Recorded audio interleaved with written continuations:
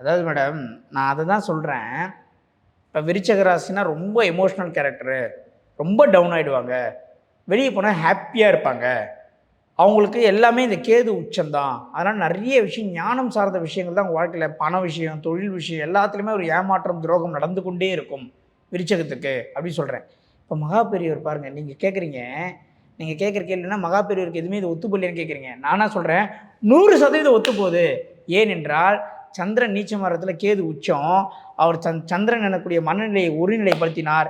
அவர் கேதுவாக கடவுளாகவே இந்த உலகத்துக்கு வாழ்ந்துட்டு போயிட்டார். மனநிலை ஒருநிலைப்படுத்தினால் விருச்சகம் வெற்றி.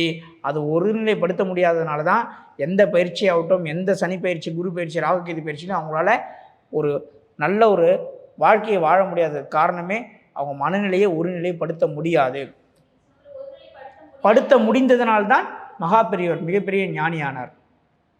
அதான் உண்மை. மனநிலையை ஒருநிலைப்படுத்தணும். இப்போது நான் மேஷத்துக்கு என்ன சொன்னேன்னா, எங்கேயோ ஒரு இடத்துக்கு மலைக்கு போங்க, கம்முன்னு உட்காருங்க, யோசிச்சு பாருங்கன்ட்டேன்.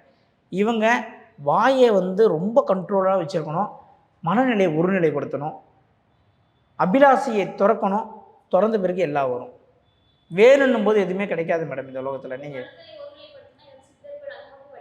இல்லை அந்த மாதிரிலாம் வழிபட வேணாம். யதார்த்தமான வாழ்க்கையை வாழுங்க. அதிகமான எதிர்பார்ப்பு யார்கிட்டையும் வேணாம். உளறிடுவாங்க. இந்த விருச்சக ராசி ரொம்ப உளருவாங்க. அவங்களாலே பிரச்சனை. வாயை வச்சுட்டு கம்முன்னு இருங்கன்னு தான் சொல்கிறேன். வேறு எதுவுமே வேண்டாம். ஒரு 90 நாள் இன்கமிங் காலம் மட்டும் அட்டன் பண்ணுங்க. அவுட் கோயிங்கே பண்ணாதீங்க. ஒரு மாற்றம் தெரியும் பாருங்கள், நிச்சயமாக எல்லா விருச்சகத்துக்கும். அவுட் கோயிங்கே பண்ணாதீங்க, யாராக இருந்தாலும் சரி. ஒன்லி இன்கமிங் அட்டன் பண்ணுங்கள், பிரச்சனை குறையும். விருச்சகத்துக்கு வாயால் பிரச்சனை, வாயால் மாற்றம், ரெண்டுமே வாயால் தான்.